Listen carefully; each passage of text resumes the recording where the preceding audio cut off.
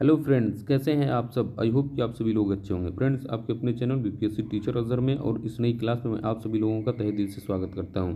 Friends, आज हम लोग हिंदी व्याकरण का एक बहुत ही महत्वपूर्ण व छोटा चैप्टर पढ़ेंगे जिसका नाम है संज्ञा। फ्रेंड्स, ये चैप्टर तो काफ़ी छोटा है, लेकिन इस चैप्टर से बहुत सारे क्वेश्चन पूछे जाते हैं आपके बोर्ड के भी एग्ज़ाम में, प्लस हिंदी से रिलेटेड किसी भी कॉम्पिटिटिव एग्जाम्स में इससे बहुत सारे क्वेश्चन पूछे जाते हैं। तो फ्रेंड्स, चलिए शुरू करते हैं। शुरू करने से पहले यदि आप मेरे चैनल पर नए हैं तो मेरे चैनल को सब्सक्राइब कर लीजिए, बेल आइकन को प्रेस कर लीजिए, ताकि इन फ्यूचर मेरी सभी क्लासेस का नोटिफिकेशन आपको हमेशा समय पर मिलता रहे। फ्रेंड्स, पहला क्वेश्चन होता है कि संज्ञा किसे कहते हैं। ठीक है, तो यहाँ पे इसकी परिभाषा है, संज्ञा एक ऐसा शब्द है जो किसी वस्तु, व्यक्ति, स्थान, जाति, गुण, भाव या विचार का नाम बताता है। ठीक है, ये वेरी वेरी इंपॉर्टेंट है। ये सीधे सीधे आपसे बोर्ड के एग्जाम में पूछा जाता है और आपके कॉम्पिटिटिव एग्जाम्स में भी पूछा जाता है।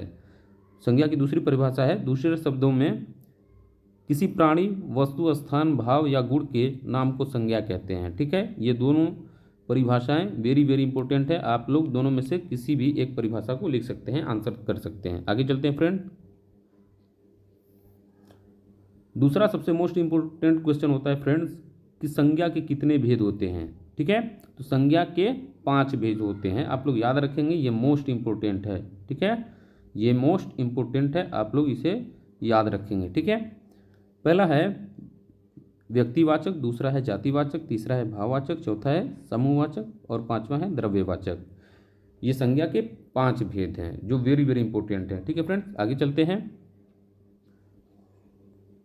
फ्रेंड्स, यदि आप मेरे टेलीग्राम चैनल से नहीं जुड़े हैं तो इस वीडियो के डिस्क्रिप्शन में मैं टेलीग्राम चैनल का लिंक दे दूंगा, वहां से आप लोग इजीली ज्वाइन कर सकते हैं। मैं अपने टेलीग्राम चैनल पे हिंदी से रिलेटेड व्याकरण और हिंदी साहित्य का पीडीएफ भेजते रहता हूं, जो काफ़ी अच्छे नोट्स होते हैं, जिससे आपको किसी भी कॉम्पिटिटिव एग्जाम या बोर्ड के एग्ज़ाम की तैयारी करने में आसानी होगी। और वहाँ पर नए नए वैकेंसी से रिलेटेड नोटिफिकेशन भी मैं देते रहता हूँ, आप लोग जाके इजीली ले सकते हैं। अब देखते हैं हम लोग फ्रेंड्स संज्ञा के भेद। ठीक है, पहला है व्यक्तिवाचक संज्ञा, जिसे इंडिविजुअल नाउन भी कहते हैं। ठीक है, इंग्लिश में यह किसी विशेष व्यक्ति, स्थान, वस्तु या नाम को दर्शाता है। ठीक है, यहाँ पे कुछ नोट्स है फ्रेंड्स। व्यक्तिवाचक संज्ञाएं हमेशा एक वचन में प्रयुक्त होती हैं। ठीक है, ये वेरी वेरी इंपॉर्टेंट है, आप लोग इसे याद रखेंगे। ठीक है, यहाँ पर कुछ उदाहरण है व्यक्तिवाचक संज्ञा के, जैसे राम, दिल्ली, भारत, गंगा नदी, सूरदास, राधा, यमुना, हिमालय। ठीक है, तो यहाँ हम लोग देख सकते हैं कि किसी व्यक्ति राम व्यक्ति है, दिल्ली स्थान है, भारत स्थान है, गंगा नदी एक व्यक्तिवाचक नदी है। ठीक है, यहाँ पे सूरदास एक कवि हैं, राधा, यमुना ये दोनों व्यक्ति हैं और हिमालय यह एक पर्वत है। ठीक है, तो ये हमारे व्यक्तिवाचक संज्ञा हो गया। ठीक है, जैसे मान लीजिए किसी सिर्फ एक ही पर्सन को जब टारगेट किया जाता है तो वहाँ पे व्यक्तिवाचक होता है, इंडिविजुअल नाउन होता है। ठीक है, आप लोग याद रखेंगे। आगे चलते हैं हम लोग, ये वेरी वेरी इंपॉर्टेंट है। दूसरा है फ्रेंड्स जातिवाचक संज्ञा, जिसे कॉमन नाउन भी कहते हैं। यह किसी भी जाति, वर्ग, समूह का नाम बताता है। ठीक है, यह किसी भी जाति, वर्ग या समूह का नाम बताता है। यहाँ पे कुछ नोट्स हैं। जातिवाचक संज्ञा बहुवचन के रूप में प्रयुक्त होती है, वेरी वेरी इंपॉर्टेंट। ठीक है, ये वेरी वेरी इंपॉर्टेंट है, आप लोग इसे याद रखेंगे। अब उदाहरण देख लेते हैं जातिवाचक संज्ञा के। लड़का, जो लड़के में बहुत सारे लड़के आ सकते हैं। किताब में भी बहुत सारी किताबें होती हैं। ठीक है, शहर में भी बहुत सारे शहर हैं, जैसे दिल्ली, गुजरात, अहमदाबाद, पंजाब, हरियाणा, ये सब शहर हैं। तो ये एक जाति का बोध करा रहा है। नदियों में भी बहुत सारी नदियां हैं, भागीरथी, अलकनंदा, हुगली। ठीक है, गंगा नदी, तो बहुत सारी नदियां हैं, सोन नदी, शोक नदी। तो ये एक जाति का बोध कराता है। ठीक है, कवि में भी बहुत सारे कवि हैं, जैसे हमारे सूरदास, नाभादास, अग्रदास, प्रेमचंद। ठीक है, बहुत सारे कवि हैं। तो यह एक कवि जाति का बोध करा रहा है। यहाँ पे स्त्री भी बहुत तरह की स्त्रियां होती हैं। ठीक है, तो एक जाति का यहाँ पे रूप दिया गया है। ठीक है ना। पर्वत भी बहुत तरह के पर्वत होते हैं, जैसे एंडीज हो गया। ठीक है, और हिमालय पर्वत हो गया। ठीक है, और जैसे अरावली हो गई जो भारत की सबसे पुरानी पर्वत श्रृंखला है, विश्व की सबसे पुरानी पर्वत श्रृंखला है। ठीक है, तो ये एक पर्वत जाति का बोध करा रहा है। ठीक है, आई होप कि आप लोग समझ गए होंगे, ये मोस्ट इंपॉर्टेंट है। ठीक है, आप लोग याद रखेंगे। आगे चलते हैं फ्रेंड्स।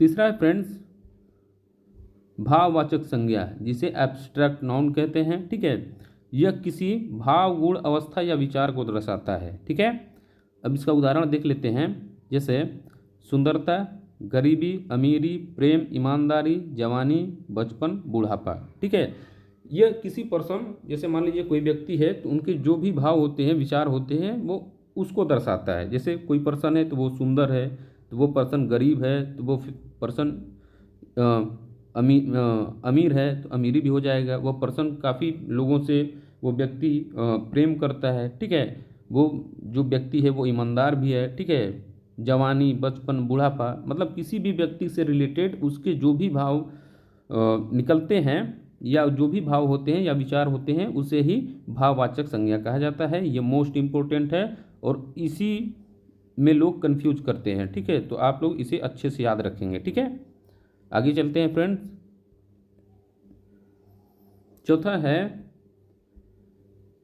समूहवाचक संज्ञा। ठीक है, कलेक्टिव नाउन, यह किसी समूह, समुदाय को दर्शाता है। Very very important. ठीक है, वेरी वेरी इंपॉर्टेंट है ये। अब यहाँ पे कुछ नोट्स हैं। समूहवाचक संज्ञा बहुवचन के रूप में प्रयुक्त होती है। ठीक है, अब उदाहरण देख लेते हैं। टीम, जैसे क्रिकेट का एक टीम होता है जिसमें 11 खिलाड़ी होती हैं। ठीक है, कक्षा, किसी भी क्लास में छात्र और छात्राएं होती हैं। ठीक है, तो बहुत सारे छात्र और छात्राएं होती हैं। ठीक है, भीड़, मान लीजिए रोड पे भीड़ लगी हुई है तो बहुत सारे भीड़ में मेल फीमेल सब होते हैं। ठीक है, परिवार, एक परिवार में बहुत सारे सदस्य होते हैं। ठीक है, सेना, टीम, गिरोह, दल, गट्ठर, गुच्छा। ठीक है, ये सभी जो क्या है, यह समूहवाचक हैं। ठीक है ना, ये सभी समूह को प्रदर्शित करती हैं। ठीक है, ये समूह को प्रदर्शित करती हैं और जहाँ पे समूह को प्रदर्शित करेंगे वहाँ पे समूहवाचक संज्ञा हो जाएगा। ठीक है फ्रेंड, आगे चलते हैं। ये वेरी वेरी इंपॉर्टेंट था ये भी। ठीक है, पांचवा है फ्रेंड्स द्रव्यवाचक संज्ञा। ठीक है, जिसे मटेरियल नाउन भी कहते हैं। ठीक है ना, यह किसी पदार्थ या द्रव को दर्शाता है। ठीक है, उदाहरण के तौर पे देखते हैं, जैसे सोना, चांदी, लोहा, तांबा, पानी, दूध, दही, मिट्टी, घी, तेल, पानी। ठीक है, ऑक्सीजन, धुआं, ये सभी क्या है, यह एक द्रव्य है। ठीक है, ये क्या है, यह एक द्रव्य है। ठीक है ना, तो जहाँ पे भी द्रव्य प्रदर्शित होगा वहाँ पे हमारा द्रव्यवाचक संज्ञा हो जाएगा। ठीक है, आई होप कि आप लोग ये समझ गए होंगे। फ्रेंड्स, इस क्लास में इतना ही, बाकी मिलते हैं नेक्स्ट क्लास में। और यदि आप मेरे चैनल पर नए हैं तो मेरे चैनल को सब्सक्राइब कर लीजिएगा, बेल आइकन को प्रेस कर लीजिएगा, ताकि इन फ्यूचर मेरी सभी क्लासेस का नोटिफिकेशन आपको मिलता रहे। और मैं आप सभी लोगों को हिंदी साहित्य और हिंदी व्याकरण की संपूर्ण तैयारी, एक अच्छे लेवल की तैयारी फ्री आप पोस्ट कराऊंगा, जिससे आप कोई भी एग्ज़ाम इजीली क्वालिफाई कर सकते हैं। चलिए, थैंक यू, आपका दिन शुभ हो।